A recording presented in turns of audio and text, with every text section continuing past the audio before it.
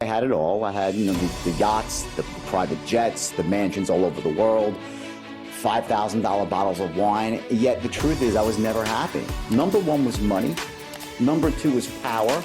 Number three was sex. Number four was drugs. Number five was family. That's some pretty, excuse my French, some pretty screwed up values.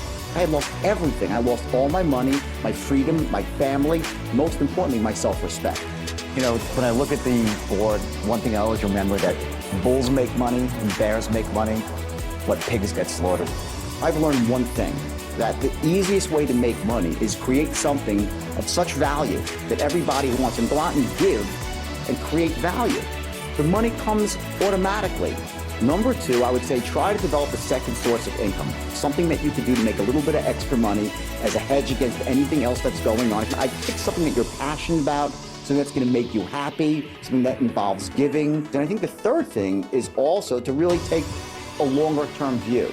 Not just, to look 3 months from now, but look 3 years from now, and the future's going to come whether you like it or not. So you want to kind of be one step ahead. It's a mind game then? I think it's psychology. And everything, again, most of life comes down to psychology, doesn't it? It starts here, in the internal world. Before you can master the external world, you have to master your own internal world. That's the true secret to success. I read this book because I was in disbelief. Here's the strategy for success, the secret, right? Go into your house, into a quiet room, and you close the lights, draw the shades, and sit on a couch and visualize a big, fat check. 25 G's, $1,000 US, okay, with your name on it. And I want you to imagine that check and just make that check go bigger in your mind and make it real, more real, and just put it out into the ether of the universe, and the law of attraction will take hold. Just think about it. Bullshit, right? Hello? If that's your strategy for success, the only thing that will show up in your mailbox is not the check, it's a freaking eviction notice from your landlord. They'll be towing away your car. Your wife, your husband will be over the next door neighbor, and you'll be still saying, where's the check? Where's the check? Okay? The secret is a load of crap, okay? Do I believe in manifestation? Yeah! Damn straight I do, but you got to take action. I'm one of those unfortunate people. I tried it. I really did. I swear I tried it because I read the books. Well, let me try, So I sat there and I prayed for the check. Never came.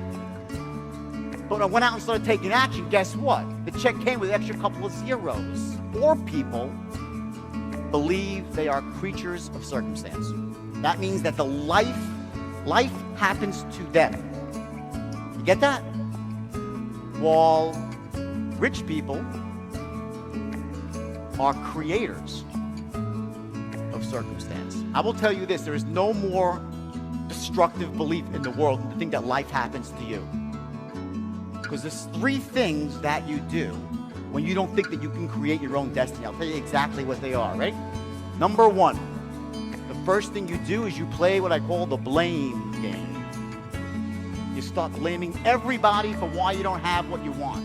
You'll blame the government, you'll blame your family, you'll blame your spouse, you'll blame your boss, you'll blame the economy, you'll blame the people on Wall Street, which probably deserve some blame, but you'll blame anybody and everybody when you think the world happens to you. You're powerless. The second thing you do is you justify. It is because the economy stinks. It's because people are unfair to me. It's because money doesn't really matter anyway. Oh, you all know that. I live on love alone. Really? Don't bring that to the bank and pay the rent. Hello, okay? Third, and this is the worst one of all, so write it down in big letters. They complain. I hate you. You know why? I'll tell you why. Because I do believe in some laws of the universe. I do. And one of them is that what you focus on expands, gets bigger, and what you focus on, you attract because you move towards it. You're focusing on something, you attract. So here's what happens. When you're complaining, what are you focusing on? You're in your life. So guess what happens to you? You become a giant. I don't want to be around you because they attract you. You got to get away from them because when you hear someone complaining, it might hit you too. It's the worst of all. That's what complaining does. So if you're a person that believes that, you're a creature of circumstance, life happens to you, good luck. What happens with people is we tend to go out into the world and we look for those sort of excuses about why things aren't the way they are. And when you do that, you lose all your power in life. When you start focusing on the external, on the excuses, you lose your power. Here's the way people really think. I will tell you, I can go out on stage and bomb. You go out there and you just bomb, right? People will respect you for going out there and trying your hardest. It's not how you actually perform that earns you the respect of your peers. It's the fact that you went out and actually did it. That's the difference. So if you're out there right now and you're a new salesperson or you're struggling as a salesperson, there's no embarrassment in the struggle. There's just not. The embarrassment is in quitting. The embarrassment is in not trying your hardest. Entrepreneur who's looking to start a business. Well, if you can't sell, if you can't influence, if you can't persuade, good luck trying to get your business off the ground.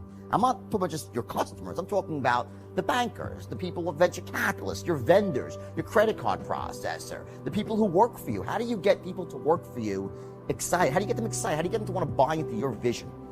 At the highest level, what sales really is the transference of emotion. And the emotion you're transferring is this emotion of certainty.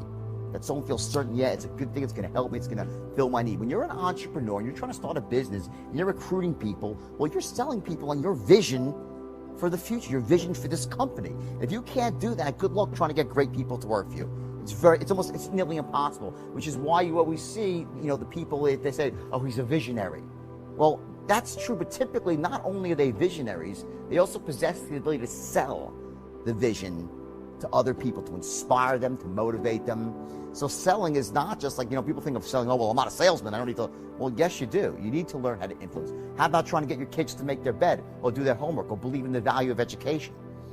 How about trying to get a landlord to give you a reduction on your rent or to extend the lease the way you want? How about trying to negotiate terms? You understand, it cuts to everything. So I always look at this, say, when I say I cracked the code on influence, what I really did essentially was I was, by working backwards almost, by saying I'm going to start at the end and go to the beginning, say what has to happen before someone says yes. I was able to take that and put it into this system that took the no-name, talentless guys and turned them into millionaires. My message is this: there's only one way to get rich, and that's quick. That's not a get-rich-quick scheme, though. Because the world's too expensive to get rich slowly. But what I mean by getting rich quick is that there are certain things you have to know on the inner game of wealth, how you manage your emotional state, your beliefs, your standards, your focus.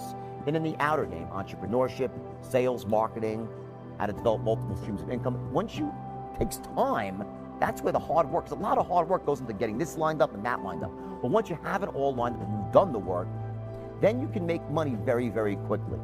So it's not a scheme, but you got to get rich quick and you have to put the work in. I say, if you don't want to work hard, good luck. I mean, I don't know any rich people that don't work really, really hard.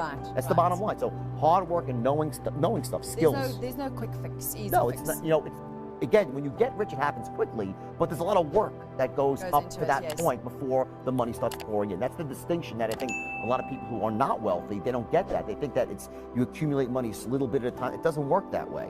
You work, don't get the result, and bam, one last piece of the puzzle clicks in, whether it's not knowing how to close, and all happens quickly.